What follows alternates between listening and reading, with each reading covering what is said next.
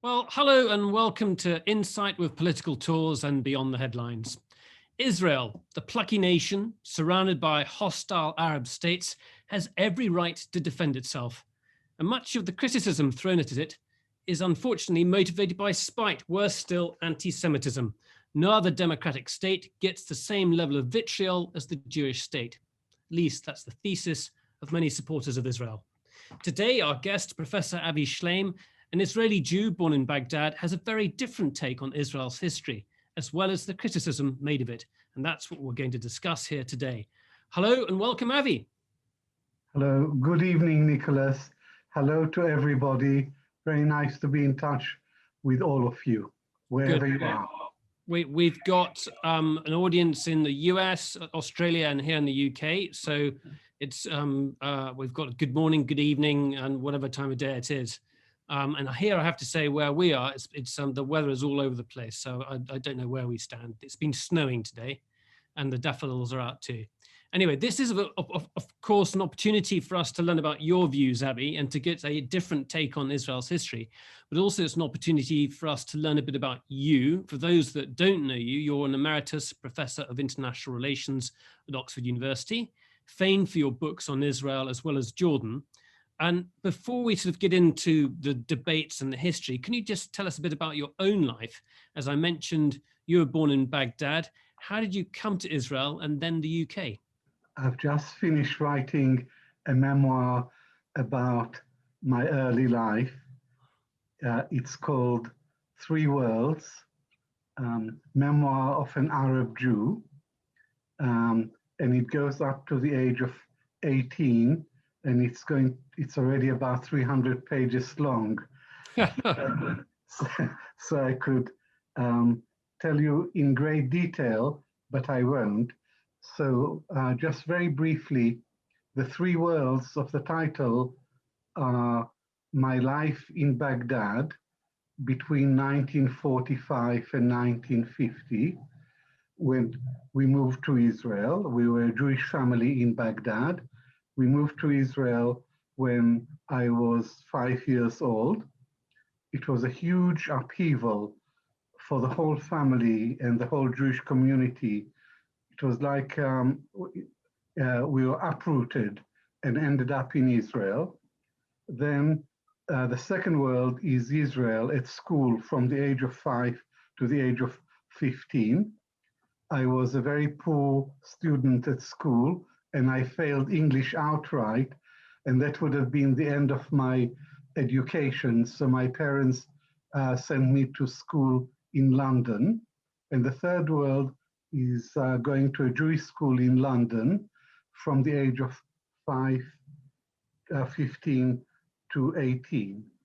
So that, in broad outline, is my life. But you would have noticed that there are two major upheavals. First, from Iraq, an Arab country where we spoke Arabic, to Israel.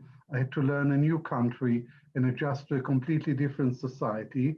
And then at the age of 15, another upheaval and another totally different society that I had to adjust to.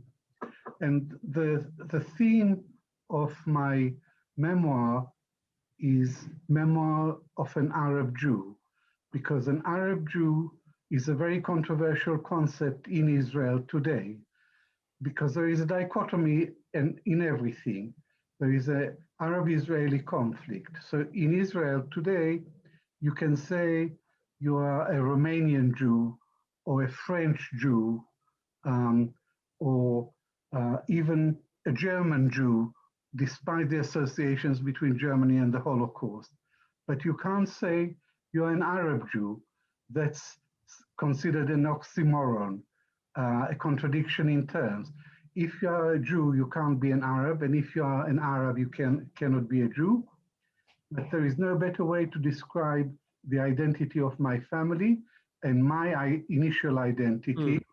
It was that of an Arab Jew. We were a Jewish family in an Arab country, living very comfortably, very happily, at complete peace and harmony with our neighbors. And we were Arab Jews. until the rise of nationalism in the 20th century, Arab nationalism on the one hand, Jewish nationalism or Zionism on the other hand, the clash between the two, the conflict in Palestine, and it was these conflicting nationalism that made coexistence between Muslims and Jews impossible. You said you weren't a great student, but you spoke Hebrew, and I think your parents spoke Arabic at home.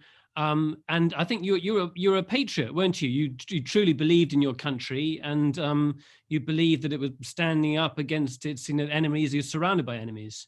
Yes, I believe that because I was indoctrinated in Israel at school.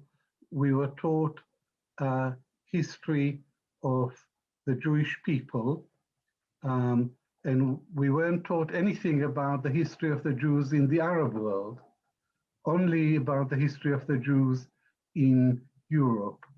And it's what the version I was taught at school is what the American Jewish historian Salo Baron once called the lachrymose version of Jewish history. The lachrymose version of Jewish history says that the Jews everywhere were always persecuted, harassed, discriminated against, suffered pogroms, and this history of violence and hostility towards the Jews culminated in the Holocaust. And I accept this. My field isn't Jewish history, but as a fair representation of Jewish history up to 1948. But I cannot accept it as a fair representation of Arab-Jewish relations since 1948. So, Avi, at what point then did you begin to change your mind? You moved to the UK, you studied at an English school, and then I think you went to, where did you go to university after that? Well, between school and university, I did 2 years military service in the IDF, the Israel Defense Force. And I was indoctrinated there as well. And I believed everything that I was taught, that I was told in the army, that we were a small, peace-loving country, a decent country, surrounded by Arab predators who were determined to throw us into the sea, and we had to stand up and fight. And I remember the induction ceremony. I was 18 years old. It was in the twilight on a plateau in the Judean hills, and we all swore loyalty to the state. The flag was waved, and we shouted in unison, "In blood and fire, Judea fell. In blood and fire, Judea will rise again." I didn't have the slightest doubt that we were in the right, and we were defending ourselves, and all of Israel's previous wars had been defensive wars, not offensive wars. So I never questioned the Zionist narrative. But when I finished military service, a few days later, after I was demobbed, I turned up at Jesus College, Cambridge, as a first-year student in history. And a new chapter in my life began. I was still an Israeli patriot. In the summer term of 1967, my first year, in May, a crisis erupted, which ended up in what became the Six-Day War. And everyone thought that Israel was about to be annihilated, that there would be a second Holocaust. And I believe that too. Israel was surrounded. And I went down to the Israeli embassy, and I said I wanted to serve in the war. And they took my contact details, and they said, if we want you, we'll call you, we'll contact you. And I never heard from them again. And the war was over in 6 days, and it ended with a spectacular Israeli military victory. I may add, this was the only tutorial that I missed in 3 years as a student at Cambridge, because Oxford and Cambridge students are essay writing machines. And for 3 years, every week I had to write an essay for my tutor. And that was the only time I had to reschedule a tutorial, and my tutor was very sympathetic. But that was the turning point. Israel's spectacular victory in the Six-Day War. Now, my change of views didn't happen suddenly, but very gradually. But looking back, the transformation amounted to this. In my time in the army, the IDF was true to its name. It was the Israel Defense Force to defend Israel against attacks by the Arabs. After 1967, Israel trebled its territory. It captured the Golan Heights from Syria, the Sinai Peninsula from Egypt, the Gaza Strip and the West Bank from Jordan. And Israel became a colonial power.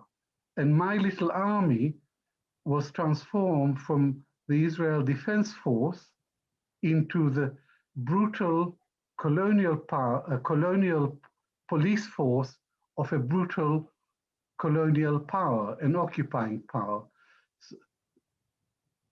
So I guess that from Israel's argument, and then you know it well, is that it needs this territory in order to defend itself, because otherwise it would be left with such a tiny slice of territory, it would be very difficult to defend, and therefore the Golan Heights, the West Bank, are all necessary there. And the exception was the Sinai Peninsula, which was traded in an agreement with Sadat in 1979. But the rest is there as a buffer. Now, I know we've seen that change, and that Netanyahu and that certainly the right wing within Israel have become more and more in favor of annexation, certainly parts of the West Bank, and they've announced those plans already. But you can understand that there have been many sympathizers throughout the world who'd say, look, Israel is surrounded by these enemies, and this, you can completely understand how its military stance, also its territorial stance, is necessitated by its geographical position and the failure of its neighbors to accept its existence. I completely reject this logic, and it doesn't stand up to scrutiny. After the Six-Day War, there was a formula for resolving the conflict. It was UN Resolution 242, which was a package deal, land for peace. Israel would give back the occupied territories in return for peace with the Arabs. Whenever Israel put this formula to the test, it worked. In 1979, Israel agreed to give back Sadat the whole of the Sinai Peninsula in return for peace. And he insisted it had to be every inch. Once Israel conceded the principle of returning the land to the Egyptians, it got a peace agreement which, despite all the crises and turmoil, is still standing today. In 1994, Israel signed a peace treaty with Jordan. It resolved the territorial issue in the south, and there is still peace between Israel and Jordan. So if since 1967, Israel had a choice. It could have land or it could have peace, but it couldn't have both. So with Egypt and Jordan, it traded land for peace, but with the Palestinians, it refused to trade land for peace. And the proof of that is that in July, the Six-Day War ended on the 11th of June 1967. In July, Israel built the first settlement on the West Bank. Now, settlements, civilian settlements on occupied territory is a breach of the Geneva Convention. The Geneva Convention says you can't transfer your civilian population to occupied area. So civilian settlements on the West Bank and Gaza is about land grabbing. Land grabbing and peacemaking don't go together. It's one or the other. And Israel has been expanding settlements ever since July 1967. And that's the proof that it is not interested in peace with the Palestinians, or at least that it's not prepared to pay the price for peace with the Palestinians, which is an end of occupation. Okay. I think we're getting to sort of the core of the argument, which makes you a thorn in the side for many supporters of Israel, and also many of the statements that you make cause some of them offense, to the extent, when you say that Israel is an ethnocracy, essentially that is a racist state, and a state in which the Jews have a superior status, and the whole state essentially is founded upon this basis. And many people would level the accusation, would call you, they would say you are anti-Semitic. It's difficult for them to do so because you're both Israeli and Jewish. But that's nevertheless, if I were to say, look, Israel is a racist state, or an apartheid state, or an ethnocracy, I would be accused of anti-Semitism. Well, I have news for you, and that is that Israel is officially a racist state. And this may surprise you, and it may surprise a lot of apologists for Israel.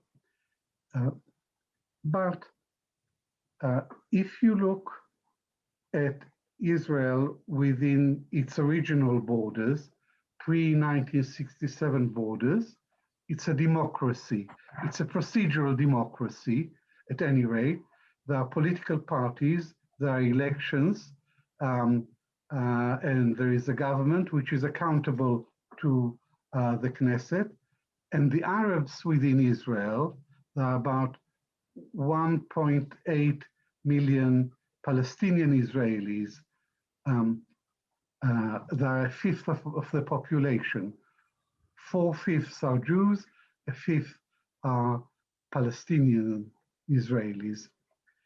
So they have the vote. But since 1967, Israel has ruled over the West Bank and Gaza. Then in 2005, Israel withdrew unilaterally from Gaza. So we are talking about the whole area between the Jordan River and the Mediterranean Sea. And it's one regime, one state, one power that is in charge and rules over, has completely unlimited control over this whole area, which contains about 5 million Palestinians in the occupied territories. And these 5 million Palestinians have no political rights.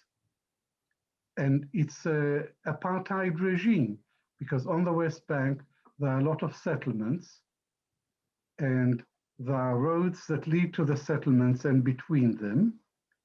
Palestinians are not allowed to use the, I was going to say, white roads only, but it's settlers' roads only. Palestinians are not allowed to use them. And there are two judicial systems. Israelis come under Israeli civilian courts, but Palestinians are tried in Israeli military courts. So two judicial systems, two different roads. One, the Jewish population have every privilege and the vote, whereas the Palestinians don't have the vote. They don't have any say in the rule over them. And if that's not apartheid, I don't know what is. And recently, the Israeli human rights organization, B'Tselem, issued a report. And in the past, this is a very well-respected, honest human rights organization. In the past, B'Tselem used to be critical only of the occupation and the abuses of human rights in the occupied territories. But in this last report, the title is something like Jewish Supremacy or Jewish Supremacist Regime, this is apartheid. And it said, we can no longer distinguish between the West Bank and Israel. It's one unit with one government, with one rule, with two classes of citizens, and this is apartheid. Now, I began to answer your question by saying that Israel is officially a racist state. So this was my view all along, that Israel is an apartheid regime. But in July 2018, the Knesset, the parliament, passed the nation-state law. This is a basic law.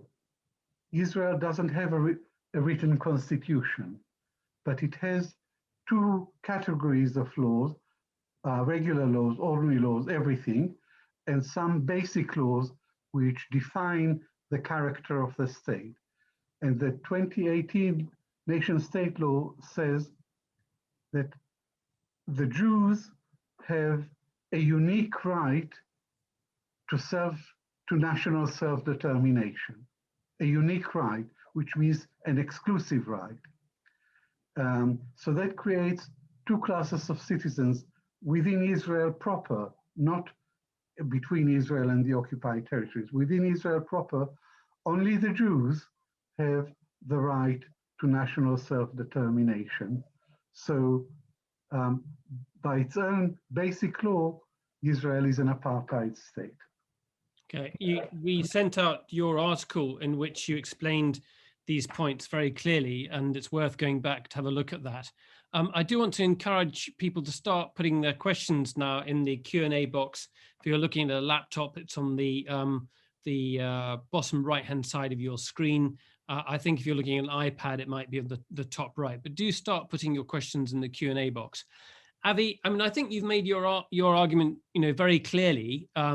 If you talked about the 2018 Basic Law, which states Israel as a nation of the Jewish people and essentially relegates non-Jews to sort of second-class status. You talked also about B'Tselem's recent report, in which they say the entire area Israel controls between the Jordan River and the Mediterranean Sea is governed by a single regime working to advance and perpetuate the supremacy of one group over another. Those points are very well argued, but one cannot but help think of the Palestinian political response to Israel over the last 2 decades and longer. One can look at Hamas, an Islamist organization that is certainly not democratic in Gaza. It's repressive in many ways, and its interaction with Israel is one of violence. We can look at the PLO itself. We can look in the Second Intifada, where the Al-Aqsa Martyrs brigades were carrying out attacks against Israel. Palestinians are regularly involved in knife attacks, in cars driving, basically essentially terrorism, running people down in the streets of Jerusalem. So this is the security context through which, the prism through which most Israelis see the Palestinians, and also the prism through which much of the world sees the Palestinians' relationship with Israel. So to that extent, you could quite easily understand why Israel is so loath to give these communities the rights that you say they deserve. You're right in saying that this is how Israelis see themselves. They see themselves as being under attack and threatened and the victims. And you're also right in saying that this is how most of the world sees Israel and the Palestinians, because the Zionist narrative is dominant at home and abroad. But this narrative is false. It's fundamentally inaccurate. And to just give two examples from what you said about the Palestinian threat to Israel, the second Intifada started in 2000. How did it start? It started with Ariel Sharon, the leader of the Likud, the leader of the opposition, going on a walkabout in East Jerusalem, in the old city of Jerusalem, around Al-Aqsa, so, accompanied by 1,000 security men. This was a deliberate and open provocation, and it started with some stone throwing and escalated. So Israel provoked the second Intifada, which lasted for 5 years. And you said to me that Hamas is certainly not democratic. Well, there is the Hamas Charter, which is not just not democratic, it's anti-Semitic. It's a very, very crude document, and it denies the Jews any national rights in Palestine. It calls for a single Islamic state over the whole of mandatory Palestine. But this is the document, very unfortunate document, but the Hamas political leadership is much more pragmatic, and in a series of statements, they made it clear that they would settle for a two-state solution along the 1967 borders. And in and they chose not violence, but the parliamentary road to power.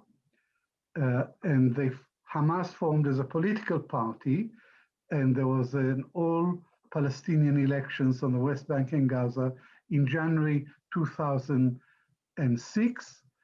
Hamas ran for election against Fatah, which is the ruling party of the Palestinian Authority, and Hamas won an absolute and clear majority. This was, there were 200 international monitors. They all said the same thing. This was an orderly, peaceful, clean election. The Carter Center monitored the election, and Jimmy Carter, I met him when he came to collect his honorary degree from Oxford, and he said to me, this was one of the most peaceful, free and fair elections he had ever attended anywhere. The West says they believe in democracy. Here there was democracy in action, and the people spoke, and they voted for Hamas. Israel refused to recognize the elections. Israel refused to deal with the Hamas-led government, although it was a moderate government which called for a long-term ceasefire with Israel, negotiations for a long-term ceasefire. And European Union and the United States, to their eternal shame, backed Israel in refusing to recognize the results of a democratic election and joined Israel in economic warfare to undermine the Hamas government. And there was a conspiracy. I use the word deliberately because I've seen the documents, the Palestine papers that were released. They show that there was a conspiracy between Israel, between the American general who was training the Palestinian Authority forces, the Fatah, the Palestinian Authority, and Egyptian intelligence. There was a plot to isolate, weaken, and drive Hamas out of power. And there was going to be a Fatah coup and against Hamas, and Hamas preempted by seizing power violently in Gaza. This was in June 2007. Immediately after that, after it seized power, Israel imposed a blockade on Gaza, which is still in force today. So Gaza is under blockade. A blockade is a form of collective punishment which is proscribed under international law. So here are two examples of how my narrative, and I'm a historian and I've studied this subject, completely contradicts the dominant Zionist narrative, which is widely accepted around the world. Thank you very much, Avi, for this introduction so far. Let's begin to take some questions now. I'm going to start with Simon Jackson first, because I think it's a good question, and I'll come to Hilary Matthews afterwards. So go ahead, Simon. The present Palestinian strategy, assuming there is one, doesn't seem to be working. What might? Avi, I'm just going to add to that. So this predicates that there is a possible two-state solution in the offing, and that's obviously what the Palestinian Authority would want. But there are also the many people who basically say the two-state solution is dead, and essentially Israel's not interested anyway either. Yes. So there is a Palestinian Authority.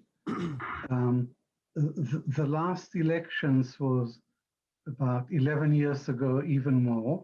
There is now preparations for another election. So the present government, the present Palestinian Authority, headed by Mahmoud Abbas, lacks legitimacy. And there will be an election in May. What is the strategy of the Palestinian Authority? It doesn't have much of a strategy. It has an aim. The aim is an independent Palestinian state along the in Gaza and the West Bank, with a capital city in East Jerusalem. That's the aim of the Palestinian Authority, but it's nowhere near achieving it. There isn't the slightest prospect of achieving this goal. And in the meantime, the Palestinian Authority cooperates with Israel on security matters. And this undermines further its legitimacy, because a lot of Palestinians, especially the younger generation, see the Palestinian Authority as a collaborationist regime, as a subcontractor for Israeli security on the West Bank. So the Palestinian Authority is going nowhere. Hamas has a different strategy, which is resistance. Hamas is the only serious Palestinian element that calls for resistance to the Israeli occupation. So you have Hamas, which stands for resistance, but is incarcerated and neutralized in Gaza. And you have the Palestinian Authority in Ramallah, which is completely impotent. It's also corrupt and inefficient, and therefore unpopular. Now, to come to the second part of the question, the one posed by Nicholas about the two-state solution, people have been talking about a two-state solution to this conflict ever since 1967.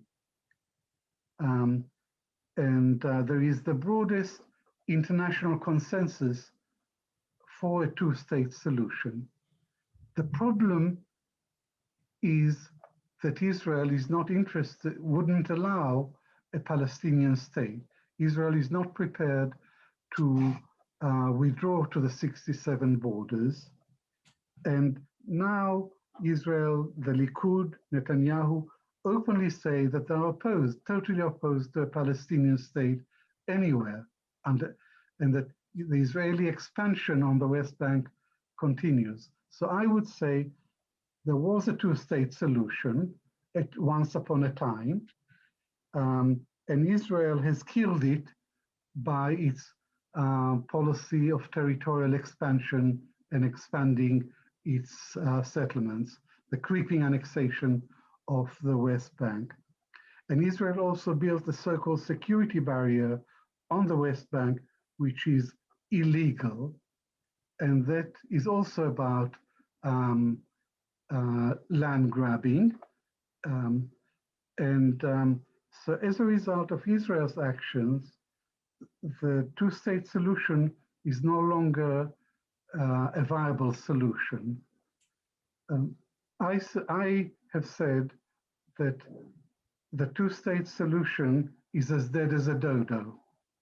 It's as dead as the Oxford dodo, which before lockdown I used to visit regularly in the Natural History Museum. So where do we go from now? What is the solution? Many people, myself included, have given up on the two-state solution and said the only solution is one state, one democratic state from the river to the sea with equal rights for all its citizens, regardless of ethnicity, religion, or gender. So, Avi, just to follow up on Simon's question, is there anything that the Palestinian Authority can do effectively to achieve a two-state solution at this stage? You'll say that basically it's just not a possibility at all. I mean, is there any? Can you suggest alternative strategies that might give them more leverage? No, because Israel has so much power, and Israel holds all the cards, and they have no leverage in dealing with Israel. In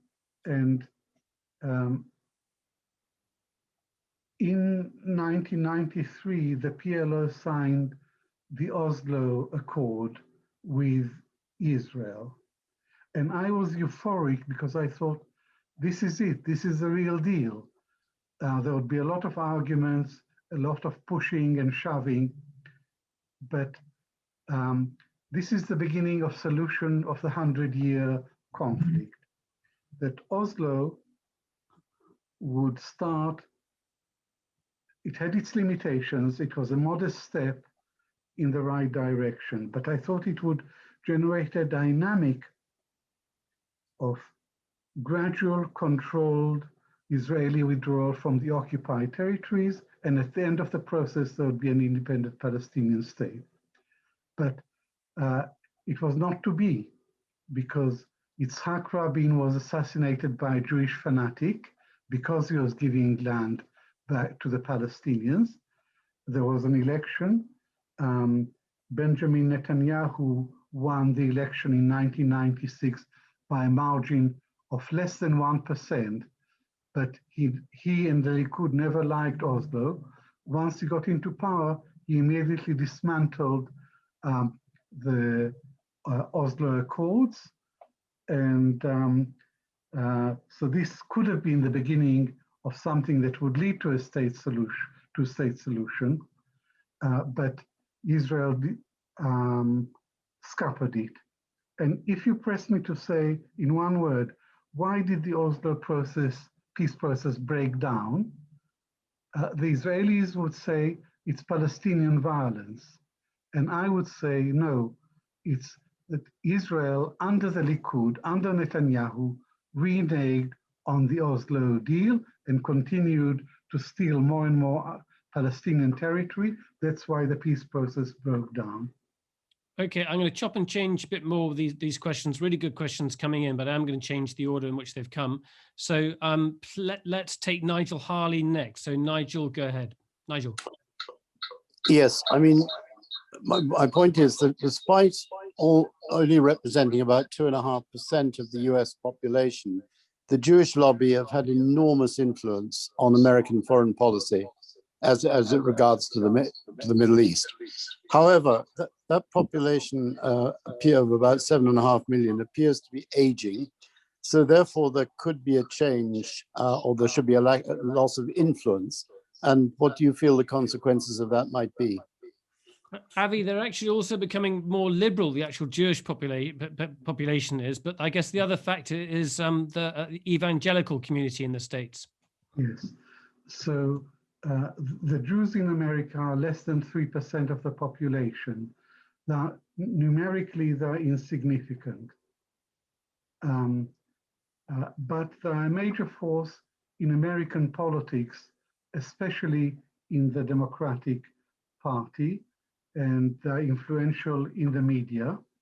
And there is the Israel lobby, AIPAC, the America-Israel Public Affairs Committee. That's the most powerful foreign policy lobby in America. And as you said, it has influence not just over Israel and Israel-Palestine, but the lobby has profound interest over the whole range of American policies towards the Middle East.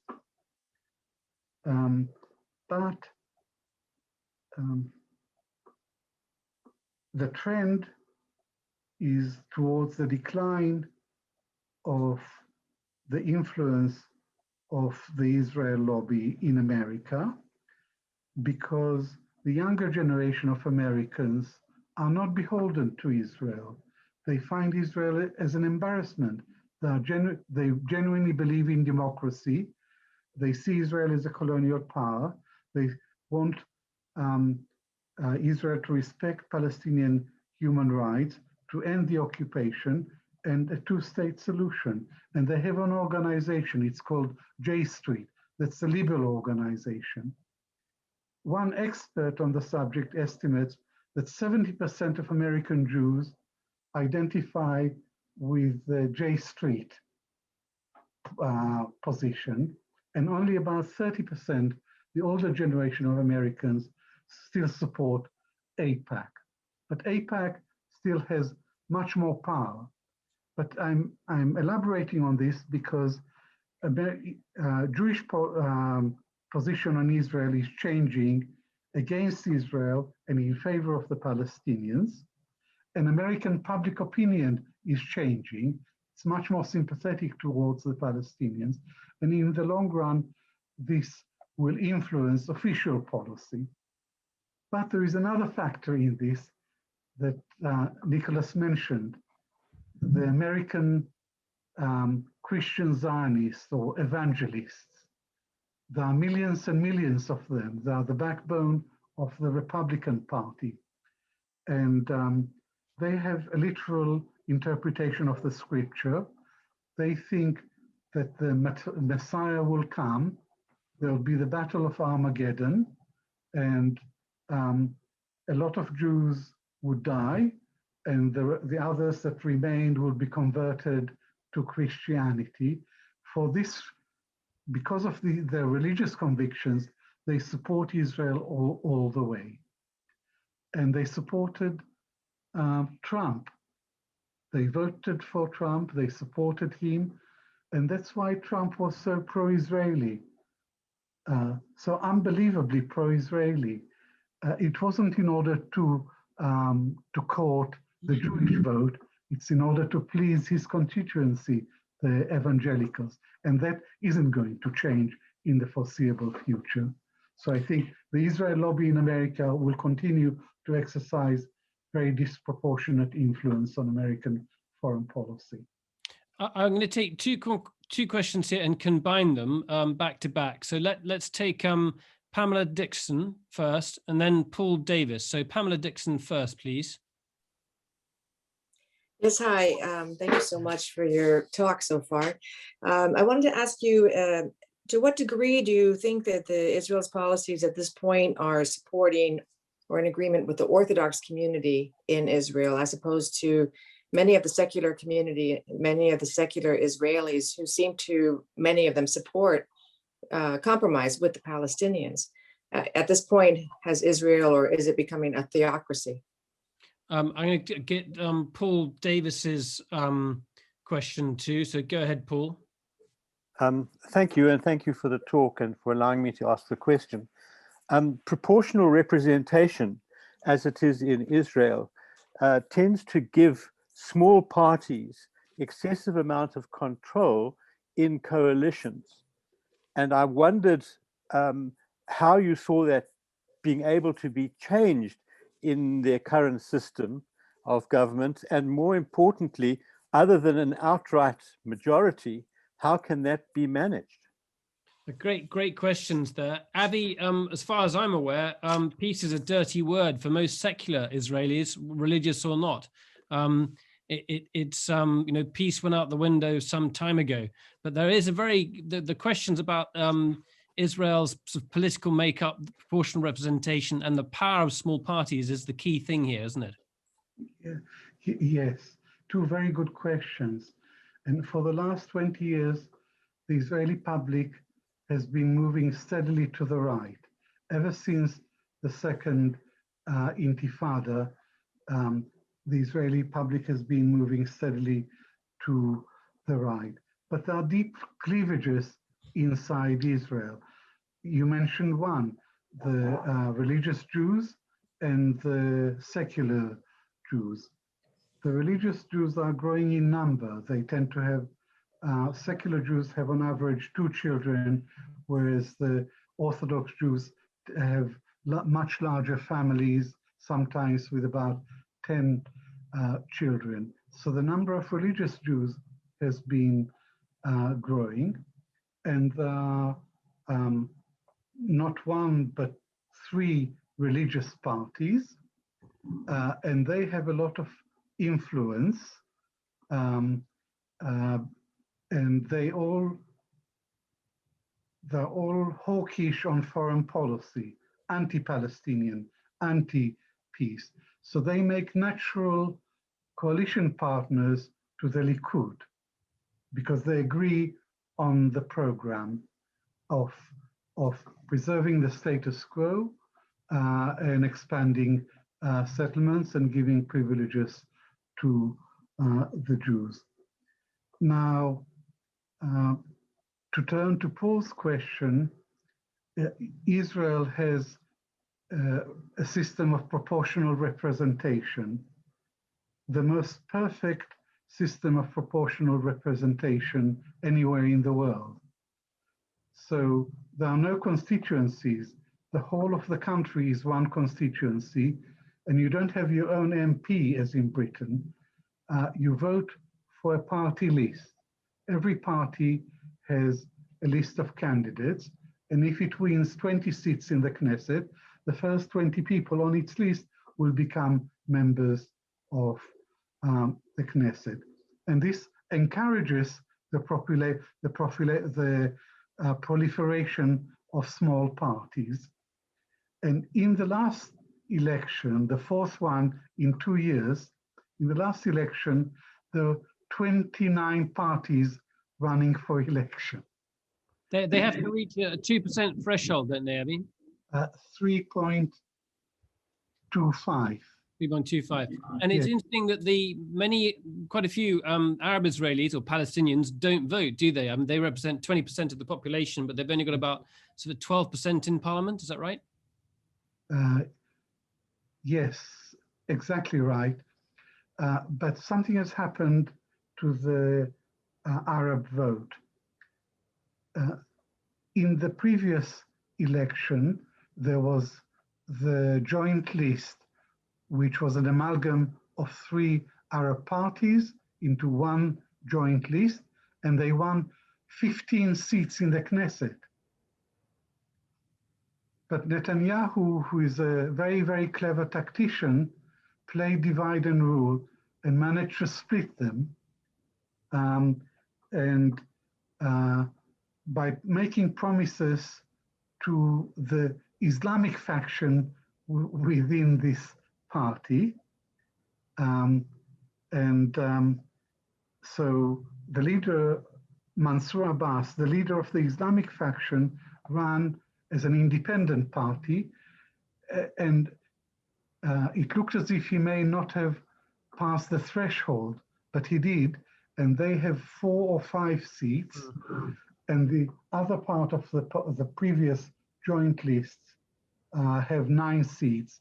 So they have 13 or 14 seats in the Knesset, but they are not one. I think what we're going to do is we're going to come back and do another session on Israel's elections, because Israeli politics is pretty complicated, and I think its move to the right is key in understanding Israel's approach to the West Bank, and there are many, many reasons behind that. There's the Russians of East Europeans, the population growing within Israel, and the Mizrahi Jews, people of Arab descent, who tend to be more right-wing as well. So there are multiple layers, and I think we'll come back to this. And Dalia Scheindlin, who is the person we regularly talk to about Israeli politics, is possibly the best person to come back and answer some of those questions. So we'll get more into that later.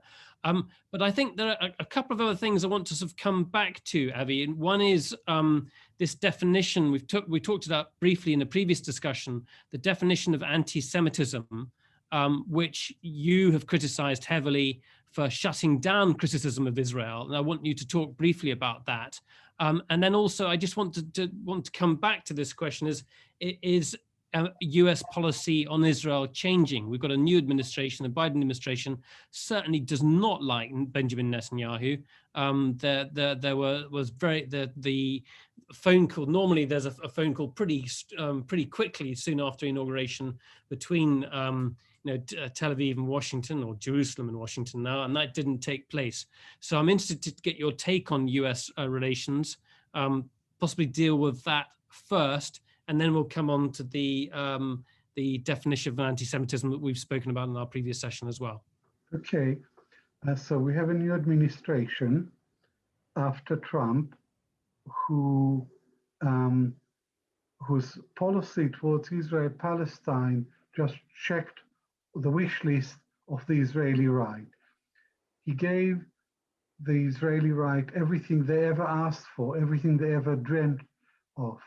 So he recognized Israeli sovereignty over the whole of Jerusalem and moved the American embassy from Tel Aviv to Jerusalem. He closed down the PLO office in Washington, D.C. He closed down the American consulate in East Jerusalem, which was in effect the embassy for dealing with the Palestinians. He cut off all American funding to UNRWA, the UN agency that looks after refugees, and he stopped American economic aid to the Palestinian Authority. And now, so no one could have been more pro-Israeli than Trump. And Trump also had what he called the deal of the century, which gave Israel a free pass to formally annex a third of the West Bank. But even Netanyahu doesn't want to formally annex. He's happy with the status quo. So there is a new administration, but it only changed marginally the previous Republican policy towards Israel-Palestine. So they restored aid to UNRWA, they restored economic aid to the Palestinian Authority, they allow the PLO to reopen their office in Washington, D.C. I think they plan to reopen the American Consulate General in East Jerusalem, but they are still very, very one-sided in support of Israel. It's still a very pro-Israeli administration. And it reverted to the only formula they know, which is a two-state solution, which, as I was saying earlier, is pie in the sky. It's not a realistic basis for a solution. Avi, what I find amazing is we can have these conversations here, and as you say, you are the exception, not the rule. The generally accepted views of Israel are, the opposite to what you describe. Criticism of Israel, as we said at the beginning of this program, is generally seen as being, as taboo. So that brings us on to the question of the Holocaust Memorial's definition of anti-Semitism and the 11 examples. Now, we discussed this in a difficult conversation, I would say, we had about a month and a half ago. But can you just briefly say how you think it shuts down criticism of Israel and how you think that's not legitimate? It's difficult to do it briefly because it's a very murky area, but I'll try. So I assume people know what the IHRA or IRA definition is. There is a definition which is 2 sentences, which is completely vacuous and meaningless. It says anti-Semitism is a certain perception of Jews, but it doesn't say what the perception is. So it's completely meaningless. And the second part gives 11 examples of what might constitute anti-Semitism, and 7 of those relate to Israel. And Israel's friends, American Zionists, have been pushing for this definition all the time, from the beginning. And the IRA body wouldn't accept the 11 examples as part of the definition. So they had to be separated, and the definition that was adopted by IRA is only the 2 vacuous sentences which are meaningless. But for Israel friends, what matters is the 11 examples, because they describe as anti-Semitic almost any kind of criticism of Israel. But Israel's friends have deliberately misled the public, deliberately falsely claimed that the examples are part of the definition. They are not. So I want to give a good example of how this is shut down debate. And you wrote about this in a recent article. You talked about the film director, it's just gone from my head now, the famous film director who's coming to St. Peter's College. Oh, yes, Ken Loach. And St. Peter's were roundly condemned for him just talking about his films. It wasn't talking about Israel, the fact that he appeared and gave a talk about the films. And he was attacked for having made statements that are anti-Semitic under the IRA definition. Ken Loach, sorry. Ken Loach. And he's not anti-Semitic in any way. He's left-wing. He's been struggled. He's been an opponent of racism of any kind throughout his career. He's a defender of minority rights and of human rights. He's a very humane, liberal person, in no way anti-Semitic. The case against him by various Jewish groups was that his comments were anti-Semitic under the IRA definition, where they are, but that's not a proper definition. And it's curious that a definition of anti-Semitism says so much about Israel. Because Israel is a state, it's a sovereign state, whereas the Jews are not a state, they are a religion. One of the examples of racism is to call Israel a racist endeavor. And I've already said earlier that Israel defines itself as a racist state and as an apartheid state. So why shouldn't anyone say it's a racist state? In Israel, people say that all the time, and no one says they're anti-Semitic. I have to say, Avi, it's such a difficult subject. I mean, I have sympathized with you on many of the things you say, but I think people dare not say it because they will have the label of anti-Semitism leveled at them, and in my view, illegitimately. I'd love to get some more questions from people along those lines. I can see people here who are watching this who do have opinions that might not be be the same as Avi's and not the same as mine either. So I'm very keen to get any more comments or other questions that people can throw in. We've got a few more minutes left. Avi, I do want to come back to the question of peace between the Israelis and Palestinians. And I'd like to take a question from Sheila de Balague. So Sheila, go ahead, please. Sheila, are you there? Yep, you're there. Sorry, I opened my video instead of my editing. Anyway, I wanted to say that can you hear me now? I can hear you, yeah. Yeah. The one state solution that you favor, Professor Shlaim, with equal rights for everyone, every citizen, seems like an impossible dream. How could it be brought about? Avi, I would chime in with that. It would seem I think about in the United States. I think about, if you think about apartheid, or if you think about race laws, and how many years, how many decades or centuries it's taken the US to tackle that question and still dealing with it. It would seem to me that Israel's legacy and division with the Palestinians is going to be with us for possibly over a century.